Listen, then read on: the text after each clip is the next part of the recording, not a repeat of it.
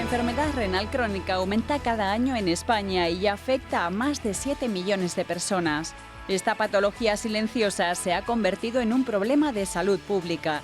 En unos momentos, una especialista nos explicará las causas de este trastorno y qué tratamientos existen en la actualidad, como la diálisis.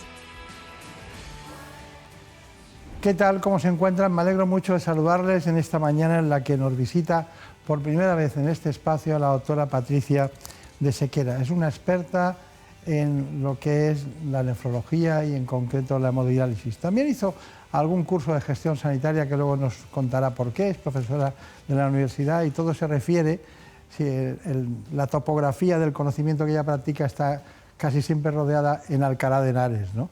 Sí, buenos días. Buenos días. ¿Qué es lo que hace usted estar en el hospital de Alcalá de Henares? No, ahora estoy en el hospital de Infanta Leonor. En el Hospital Infanta Leonor de Madrid estuve 10 años en el hospital de Alcalá y ahora soy la jefe de sección del Hospital Universitario Infanta Leonor. Y bueno, allí me he dedicado prácticamente desde que se abrió el hospital, me he dedicado al tratamiento de los pacientes con enfermedad renal crónica, en concreto a los pacientes que están en hemodiálisis. Claro. ¿Cuánto tiempo ha pasado desde entonces? Pues ya vamos a hacer 11 años desde que se inauguró el hospital. De aquellos Estuve desde el principio, desde la inauguración y bueno, pues ya 11 años. Se habla mucho de la insuficiencia cardíaca, pero poco de la insuficiencia renal crónica o de la enfermedad renal crónica, que es lo que le gusta a ustedes de llamarla ahora.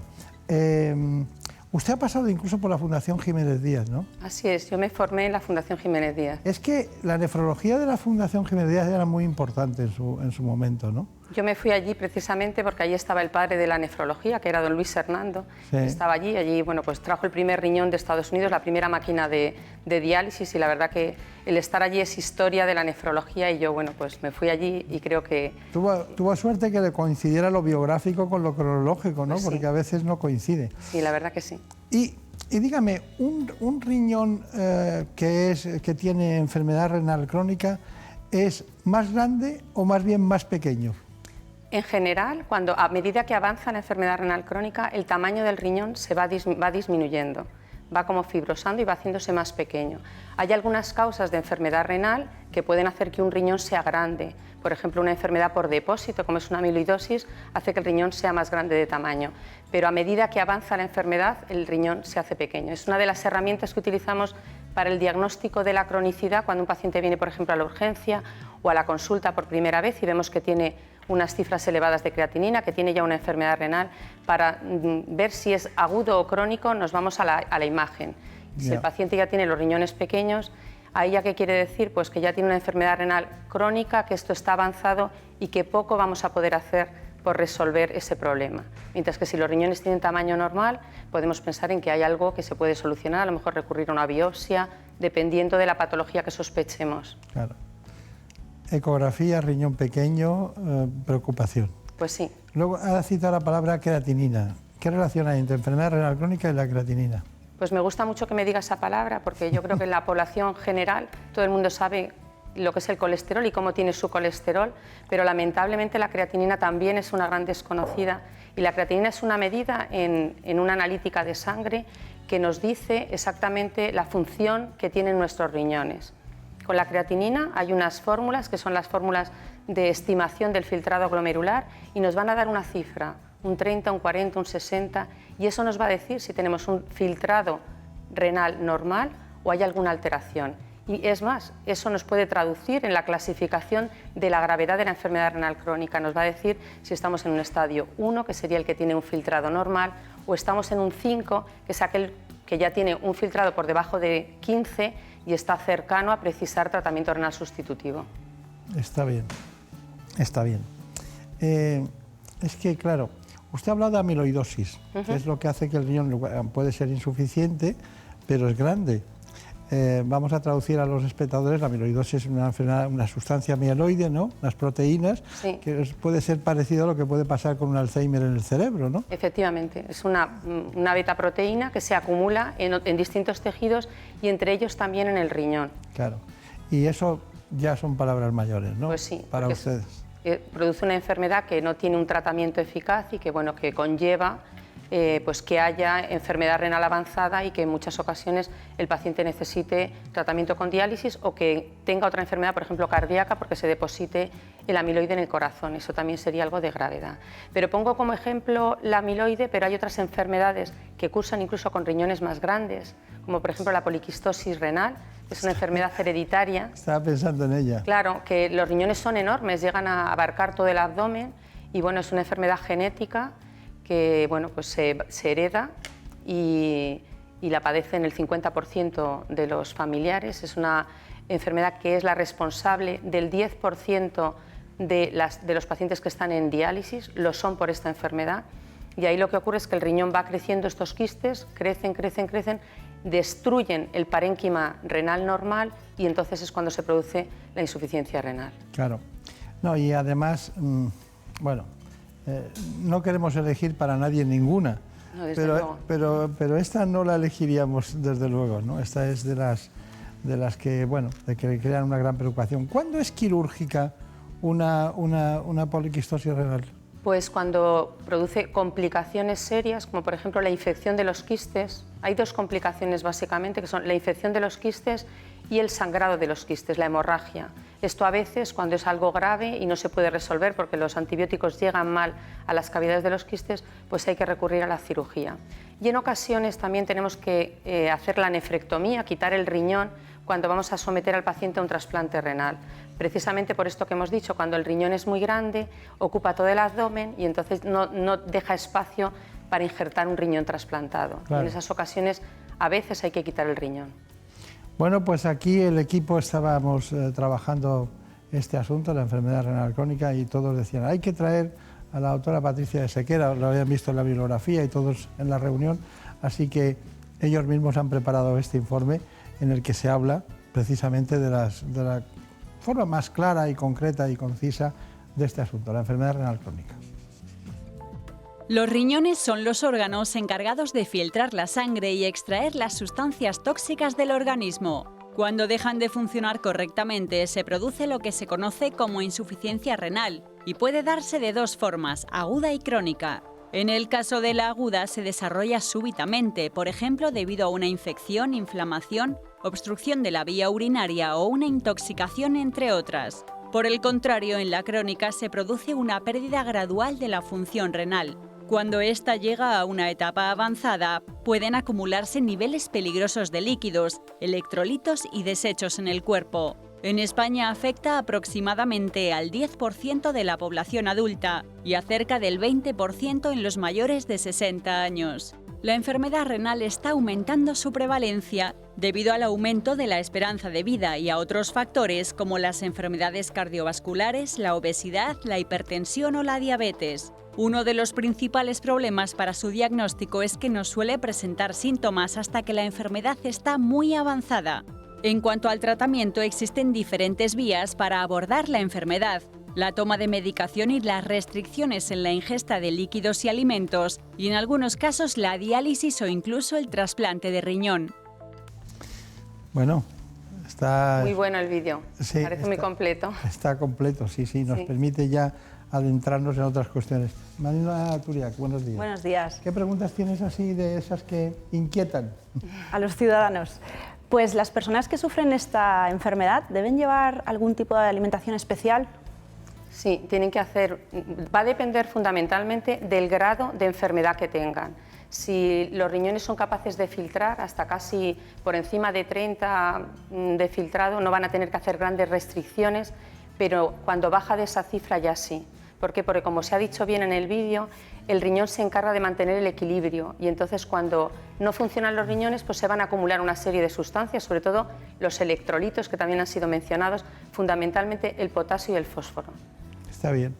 Y a instancias de lo que dice Marina Turiak, la alimentación en la enfermedad renal crónica. Tenemos recetario práctico de cocina para el enfermo renal. A mí me ha gustado del título de este libro el hecho de la esperanza, porque claro, si hay un libro con recetas prácticas para la alimentación, quiere decir que dura mucho el proceso, claro que dura mucho. Claro que y usted se ríe porque dice, lo hacemos durar todo lo que podemos. Todo lo que podemos, desde luego. ¿Cuándo es insuficiente incluso la hemodiálisis? ¿Cuándo llega un momento en que ustedes dicen, Nunca. Yo creo que no, que mientras exista una buena calidad de vida, y de hecho cada vez estamos aumentando la esperanza de vida de los pacientes, vienen pacientes más mayores, y nosotros no decimos que no. ¿Cuándo vamos a decir que hay que limitar el esfuerzo terapéutico? Por ejemplo, en el caso de la diálisis, pues cuando el paciente tenga una enfermedad terminal, por ejemplo una enfermedad tumoral, o el paciente tenga un deterioro cognitivo, una demencia, una comorbilidad. Una comorbilidad grave, pero de hecho por la enfermedad renal propiamente nosotros no ponemos límite. El límite lo va a dar la situación clínica del paciente, claro, que viene dada por otra comorbilidad, como ha dicho. Es que estábamos, la primera fase suya, he pensado, digo, se estará asustando mucha gente, y ahora con esta aseveración a instancias de la nutrición, de la pregunta de Marina Turia, digo, bueno, es que realmente se pueden hacer muchas cosas, ¿no?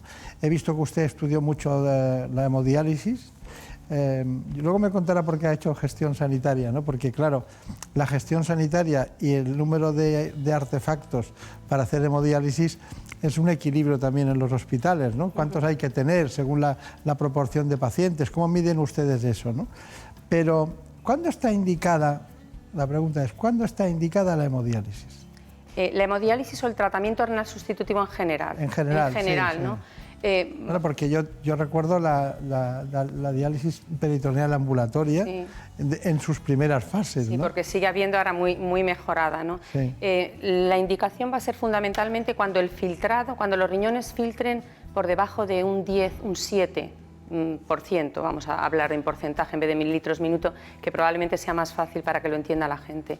Eso va a ser una cifra, por debajo de 7 habría que empezar el tratamiento renal sustitutivo, o en otras ocasiones antes, porque el paciente tenga síntomas. Por ejemplo, si es un paciente que tiene insuficiencia cardíaca y no es capaz de manejar bien el volumen, pues a lo mejor con 15 o con 20 tiene que entrar en diálisis para que la máquina le quite no solo las toxinas, sino también ese líquido que no es capaz de manejar su corazón. O, por ejemplo, un paciente que es muy transgresor y tiene potasios altos con frecuencia y no somos capaces de manejarlos, pues a lo mejor hay que decirle que entre en diálisis de una forma un poco más precoz, ¿no? Va a depender y hay que individualizar siempre en cada paciente la sintomatología o que se le quite el apetito. A veces es un síntoma... Estoy oyendo la frase de un nefrólogo diciendo, este paciente con estas cifras, hay que llamar a cardiología, ¿no? ¿No? Bueno, el riñón y el corazón están muy íntimamente relacionados y ellos nos llaman mucho y nosotros también les avisamos a ellos. Entonces, no es infrecuente encontrar lo que llamamos el síndrome cardiorrenal, y es que falla el corazón y luego el riñón, o al revés, falla el riñón y como consecuencia va a fallar el corazón, precisamente. Todos son los electrolitos, ¿no? Los electrolitos tienen mucho que ver en esto, desde luego, sí. ¿Qué tema? Porque además es difícil de manejar, ¿no? Sí, la verdad que sí, sobre todo que las técnicas que disponemos pues van a manejar esos electrolitos pues de una forma que no va a ser una forma continua, porque nosotros la diálisis, la hemodiálisis, la hacemos habitualmente 3 días en semana, aunque puede hacerse más días, 4 o 5, las veces que necesite el paciente, pero habitualmente son 3 días que viene por la mañana o por la tarde el paciente y entonces vienen con potasios, por ejemplo, muy altos, se van con ellos muy bajos, luego van subiendo a lo largo entre una sesión y otra, o sea que hay que hacer verdaderamente equilibrios porque eso va a favorecer arritmias, complicaciones y hay que tenerles pues muy bien controlados. Necesitaríamos 2 programas para hablarlo todo, sí. Pero no me puedo sustraer de preguntarle de un asunto, la relación de la vitamina D o de ciertas hormonas, las hormonas paratiroideas, con este problema. Y luego me gustaría que cuando entro en una sala donde hay gente que se practica la hemodiálisis, los pacientes deben tener elementos estructurales físicamente cuando les vemos que son inconfundibles, ¿no? ¿Qué es lo que se pierde más? ¿Músculo? Se tiene una relación muy directa con todo lo que es la endocrinología, se tiene relación directa con las proteínas, con las vitaminas, ¿cómo es eso? Le contesto a la primera pregunta primero. Sí. En relación a la vitamina D, pues está muy estrechamente relacionado con el riñón, porque el riñón no solo filtra y limpia la sangre, sino que tiene unas funciones endocrinológicas y entre ellas hay 2 importantes, que es la producción de la eritropoyetina, que es la responsable de que haya una anemia, y la hidroxilación de la vitamina D. La vitamina D tiene que pasar por el riñón y que el riñón funcione para que se hidroxile y se activa. Entonces, ¿qué ocurre? Que cuando el riñón enferma, estas funciones también dejan de producirse. Y entonces no tienen vitamina D nuestros enfermos y como consecuencia se van a producir una serie de alteraciones en el metabolismo fosfocálcico y va a aumentar la hormona paratiroidea. Esto, de forma resumida, contestaría a la primera pregunta. Y luego la segunda, sí es verdad que los pacientes en diálisis pues pueden perder masa muscular, pero esto es cada vez, intentamos que sea menos frecuente. Lógico. Y de hecho ahora hay... primero la vida, luego la función, luego... Efectivamente, luego la calidad de vida y que el paciente pues, se sienta a gusto. Hay pacientes que son deportistas, que montan en bicicleta, que juegan al baloncesto y que hacen una vida prácticamente normal, aun estando en diálisis. Y por ejemplo los ancianos, que eso sí que tienen más dificultad, pues ahora hay programas de entrenamiento en diálisis y de hecho recientemente se ha generado un grupo de trabajo de ejercicio físico en la Sociedad Española de Nefrología y muchos pacientes están con sus pedales en la sala de diálisis haciendo ejercicio. O sea que se pierde masa muscular, pero intentamos por todos los medios que no sea así. Piense en la diabetes y la enfermedad renal crónica y luego hablamos de ella. Vale. Vamos con las noticias. Sí, les contamos los últimos avances en tecnología que se aplican a la medicina, como recibir atención médica a distancia, que un cirujano opere sin estar en la sala o hacernos una radiografía a nosotros mismos en cuestión de segundos. Son solo algunos ejemplos de tecnología aplicada a la salud. Cada prueba que nos hagan, cada dato que añadan a nuestro historial, se quedará registrado aquí. Por eso el móvil nos va a acompañar durante todo el tiempo que estemos ingresados. Será más útil para nosotros porque podremos conocer casi al instante el resultado, por ejemplo, de un análisis. Y también para el propio hospital. Porque esa información en tiempo real de los datos les permitirá trabajar de una forma más eficaz. Así activamos la sala de espera. Un espacio para aprender y no aburrirse. Aunque no estaremos mucho tiempo, la idea es que en el futuro todo sea bastante más ágil. De hecho, una pequeña radiografía nos la podemos hacer a nosotros mismos. Aquí detecta que tienes una fractura en el escafoide, que va a ser la pieza que te van a sustituir en quirófano. Entramos en la consulta para que el médico nos lo explique, pero el doctor no está aquí y para hablar con él vamos a tener que usar otra vez nuestro teléfono. Tras las pruebas realizadas y una vez evaluada la radiografía inicial, nos confirma que hay que operar. Lo hará a distancia con un dispositivo muy parecido a este. Este sería el hueso. Operación realizada con éxito. Solo toca esperar a que nos den el alta y recoger la medicación que nos hayan recetado mirando a la cámara. Y pasamos a una noticia interesante para quienes tienen que tomar varias pastillas al día. 2 ingenieros han creado una impresora 3D que es capaz de diseñar varios medicamentos y concentrarlos en uno. Un avance importante para pacientes polimedicados. Los lleva casi como si fueran cromos. Un segundito, ahora le atiendo. Es su forma de acordarse de todas las pastillas que tiene que tomar.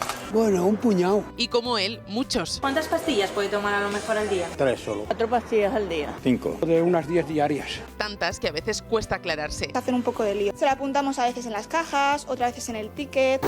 Pues aquí podría estar la solución. 2 ingenieros gallegos han creado una impresora 3D para reducir todas estas pastillas. Tomar una sola que lleve por capas cada una de las medicaciones. La máquina no solo hace píldoras, también es capaz de convertir los medicamentos en geles o incluso gominolas. De una manera mucho más optimizada, mucho más personalizada y fabricarla en el momento. Algo que podría ser muy útil en residencias o centros de día. Simplificar lo que es el tomarse 10-15 pastillas diarias a una sola pastilla o similar sería muy interesante. Esta impresora todavía es un proyecto, pero lo de tomar menos pastillas... Eso sería maravilloso, sería genial. Parece que a ellos ya les ha convencido. Pues aquí seguimos después de estas noticias de actualidad con la doctora Patricia de Sequera, que bueno, es una extraordinario nefrólogo, está muy involucrada en todo el tema de hemodiálisis. Me cuentan mis compañeros que hay un gran ambiente en ese departamento donde ella trabaja, ¿no? Y le he dicho antes una pregunta que dejábamos en el aire, la relación entre diabetes y enfermedad renal crónica. Pues bien, la diabetes es hoy en día la primera causa de enfermedad renal crónica. La primera causa de entrada en diálisis, el 25% de nuestros pacientes a nivel nacional, hay diferencias entre comunidades autónomas, pero es la primera causa de entrada en diálisis. 1 de cada 4 pacientes entran en tratamiento renal sustitutivo, diálisis o trasplante, que quiero referirme a los dos, porque vienen de una diabetes mal controlada. Le prometo por mi honor que no sabía ese dato, a veces estudiamos las cosas y decimos, bueno, hay que... Este dato me parecía que podía ser la segunda causa, ¿no? Pero es la primera. La primera. Hace años, hace 30 años, lo eran las enfermedades glomerulares, la inflamación, pero hoy en día con la epidemia de diabetes que tenemos, la primera causa y con diferencia, seguida de lejos de las siguientes, es la diabetes. Muy bien. Bueno, tenemos un reportaje de diálisis, lo hemos hecho, estaba la doctora también Patricia Arribas y usted en el departamento, vamos a verlo. Pues aquí tenemos una máquina de diálisis y hay unos elementos que son clave. Uno de ellos es el dializador, que es donde se va a producir el intercambio entre la sangre del paciente y el líquido de diálisis. Vamos a depurar esas toxinas urémicas que el riñón del paciente no es capaz de eliminar. El otro elemento clave es el líquido de diálisis al que vamos a enfrentar esa sangre del paciente. Y ese líquido de diálisis se compone de agua corriente, que se va a juntar con un bicarbonato y con otra bolsa que va a contener un ácido y electrolitos. La máquina es la que se va a encargar de hacer una mezcla con estos tres componentes, con el agua, el bicarbonato y el ácido, y va a producir una solución muy parecida al plasma. Y es justo lo que vamos a enfrentar en cada uno de los capilares del dializador, es como se llama así el filtro dializador, la sangre del enfermo. Y ahí es donde se produce el proceso de la diálisis. Durante la sesión de diálisis también, como el paciente habitualmente no orina, pues le quitamos también el exceso de líquido que entre una sesión y otra el paciente ha ido acumulando. Así que lo que hacemos es depurarle la sangre y a la vez quitarle el volumen que le sobra. Esta unidad de diálisis cuenta con 24 puestos para atender pacientes crónicos y 2 puestos para atender pacientes agudos. En total tratamos a 100 pacientes. El papel de la enfermería, tanto las enfermeras como auxiliares, es fundamental, tanto para llevar a cabo el tratamiento, realizar los cuidados, como para hacer la educación sanitaria de los pacientes. Esta enfermedad es muy complicada, requiere mucha implicación de los pacientes y por parte de enfermería llevamos a cabo la educación sanitaria. Realizamos los cuidados del acceso vascular, les educamos con respecto a la dieta, a la medicación y les apoyamos en el tratamiento. Bueno, hemos visto explicaciones de la doctora Patricia de Sequera, pero también de la supervisora de la unidad de diálisis, ¿no? Sí. Que es concretamente Patricia Arribas. Bueno, tenemos inquietudes, a ver, pero nosotros tenemos tantas que se aproximan a lo científico. ¿Y qué querías saber? Cuando sufrimos una enfermedad renal crónica, ¿nos afecta a los 2 riñones o solo a uno? Para que se produzca enfermedad renal y que se traduzca en una disminución del filtrado, están los 2 riñones afectos. Cuando hablamos de disminución del filtrado, de hecho, cuando hacemos un trasplante ponemos un solo riñón y con un solo riñón se puede vivir y tener una función renal normal. Puede haber determinadas patologías en las que esté afecto solo un riñón, por ejemplo, porque uno tenga un cálculo o haya que quitarle un riñón, ahí hablamos de enfermedad renal, pero no tiene por qué condicionar una disminución de la función renal, del filtrado. Y podemos vivir con un solo riñón. Y podemos vivir perfectamente con un riñón. De hecho, hay personas que no saben y que viven con un solo riñón. Y cuando se hace un trasplante, tanto al donante se le quita un riñón y vive con uno, como al que recibe ese riñón va a vivir con uno, no ponemos los 2. Entonces se puede vivir con un riñón. Qué buena noticia. Sí. Bueno, tenemos a pacientes, lógicamente, que es la gran y única verdad de la medicina, ¿no? Concretamente a Ángel Vela Coracho y concretamente también a Lucía Garrido, que han hecho manifestaciones para este espacio. La enfermedad renal se me detectó a raíz de una infección que tuve, una sinusitis. No se curaba y después de aproximadamente un mes tuve que ir a urgencias. Y en las analíticas que realizaron, pues detectaron que los niveles estaban todos, digamos, alterados y una insuficiencia renal ya comprobada. Me ofrecieron las diferentes técnicas de diálisis que había, tanto hemodiálisis en sala como peritoneal y como la diálisis en casa. En este caso es la que cogí.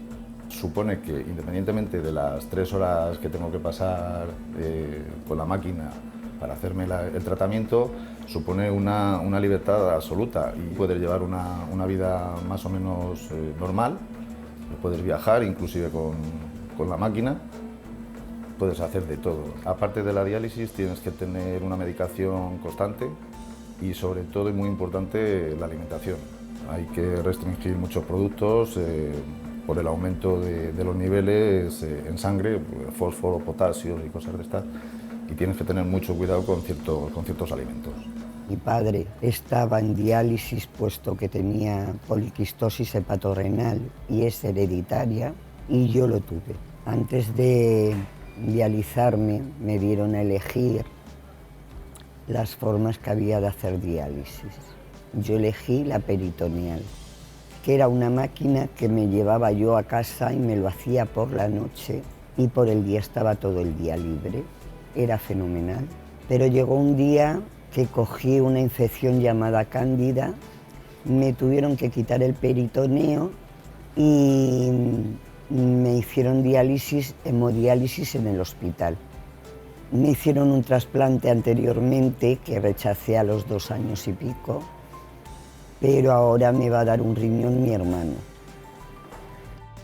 Los pacientes, cómo recuerdan su patografía y su historia clínica, ¿no? Bueno, ¿qué me tiene que decir de ellos? Bueno, pues primero que son dos pacientes que han querido y son muy motivados por la enfermedad renal y han querido participar en el reportaje. Y quería nombrar especialmente a Ángel, porque Ángel se dializa en su casa, no se dializa en la unidad de diálisis. Él vino a hacerse la diálisis para poder salir en el reportaje, pero toda la máquina y todo lo que tiene lo hace el paciente en su casa. De forma que yo creo que cumplen un poco los dos pacientes todas las opciones de tratamiento. Ángel está en hemodiálisis en domicilio, que yo creo que es una opción magnífica. Lucía empezó con diálisis peritoneal, luego tuvo un problema y pasó a hemodiálisis, ha estado trasplantada.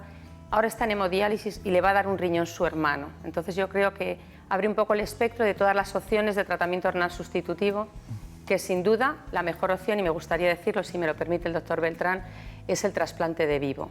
Yo creo que tenemos que hacer campaña en la donación de vivo porque es la mejor opción para el paciente sin duda alguna y por varios motivos. Por ahí empezamos los trasplantes. Sí. Por ahí los empezamos. Ya se han ido complicando y cada vez se trasplanta prácticamente de todo, ¿no? Pero bueno, usted ha oído hablar, supongo, del código riñón. Sí. Esa nueva estrategia que tiene la Sociedad Española de Nefrología sobre esta enfermedad. Vamos a ver este informe. Unos riñones que funcionan mal son un factor de riesgo que incide gravemente en otras patologías como las enfermedades cardiovasculares y la diabetes, hasta el punto de que en España cada año 6.400 personas con insuficiencia renal avanzada necesitan diálisis o un trasplante debido al deterioro progresivo de su patología. Sin embargo, la población no es consciente de ello.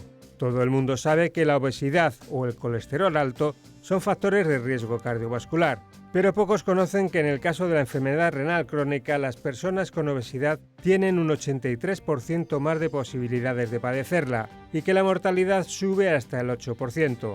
Por ello, la Sociedad Española de Nefrología insiste en dar a conocer nuevos conceptos que ayuden a la prevención. El principal es el filtrado glomerular, una sencilla prueba en la que recogiendo la orina del paciente durante 24 horas y con un simple análisis de sangre se puede conocer si los riñones están funcionando bien. La Sociedad Española de Nefrología insiste también en que esta enfermedad depende en gran medida de la colaboración ciudadana. Llevar hábitos de vida saludable, abandonar el alcohol y el tabaco y adoptar la dieta mediterránea son las principales recomendaciones. En definitiva, si cuidamos nuestra salud cardiovascular y los niveles de colesterol, ¿por qué no cuidamos nuestros riñones? Está bien, está bien. Sí. ¿No queda nada? ¿Alguna aportación más a este informe? Bueno, el código riñón nace de la necesidad, de la preocupación que tenemos los nefrólogos españoles precisamente por esta epidemia de enfermedad renal, por este aumento de la prevalencia y entonces, bueno, pues pensamos que hay que hacer algo y la Sociedad Española de Nefrología impulsa este programa Código Riñón precisamente para dar visibilidad a la enfermedad renal y que intentemos detener esta epidemia. Muy bien. Patricia, Marina me estaba haciendo... quería preguntar algo más, ¿no? ¿Qué proporción existe entre hombres y mujeres que sufran esta enfermedad? Pues los estudios que hay, los estudios epidemiológicos nos dicen que es más frecuente en los varones que en las mujeres. O sea, que hay más hombres y tenemos más varones en hemodiálisis que mujeres. Muy bien, pues ahora sí, la doctora Patricia de Sequera, díganos, conclusión, brevemente. Conclusión, pues... Difícil, ¿eh? Sí, la verdad es que es un poco difícil y me gustaría decir algo que de verdad que sea un mensaje que llegue a todos. La enfermedad renal crónica es una gran desconocida, yo creo que este programa va a ayudar, o espero haber colaborado a que se conozca un poquito más y tenemos que tener en cuenta que tiene una gran repercusión, ya no solo sociosanitaria, que tiene una repercusión económica importante, sino que cambia mucho la vida de los pacientes. Tiene una importante repercusión social, laboral, de calidad de vida de los enfermos y que es una enfermedad que en muchos de los casos se puede prevenir, cuando es una diabetes controlando bien el azúcar, cuando vienen de una hipertensión controlando bien la hipertensión. La obesidad, ya lo hemos dicho, Todo el mundo sabe que la obesidad es un factor de riesgo cardiovascular, de hipertensión, de diabetes, y nadie se imagina que pueda serlo también de enfermedad renal. Entonces, que pongamos todos en marcha aquellos mecanismos que pueden evitar que se desarrolle la enfermedad renal. Si podemos, lo mejor, prevenirla. Si no la podemos prevenir, que la detectemos de forma precoz, y si no la podemos detectar de forma precoz, que la tratemos lo mejor posible, tanto en los estadios iniciales como en el tratamiento renal sustitutivo con diálisis y trasplante. Muy bien, pues María Turiac, muchas gracias. Ana Villalta, muchas gracias. Doctora, simplemente decirle que, bueno, también se podía haber concluido diciendo no hay nada peor que las enfermedades silenciosas, ¿no? Desde luego, que no se pueden diagnosticar. Que no se pueden diagnosticar, esta es una de ellas, y al final uno se encuentra con el problema sin esperarlo, como quien dice. Ya, ¿no? cuando es tarde ya no podemos hacer nada, o sea que también hay que alertar y hay que hacer los análisis de la creatinina para ver si uno tiene enfermedad renal, igual que uno quiere saber si tiene colesterol o no. A mí me gustaría que de aquí a poco todos dijéramos mi filtrado es tanto, ¿no? Mi filtrado glomerular y mis riñones funcionan bien o no funcionan tan bien. Pues nada, una mujer española que empezó en el centro de gravedad de la nefrología más biomédica y más avanzada, como es la Fundación Jiménez, y ahora en Vallecas, en el Hospital Infanta Leonor, para que vean ustedes que todos tenemos acceso a la mejor medicina. Muchas gracias y hasta pronto. Muchas gracias. Y a ustedes indicarles que volveremos como siempre, seguiremos hablando de salud.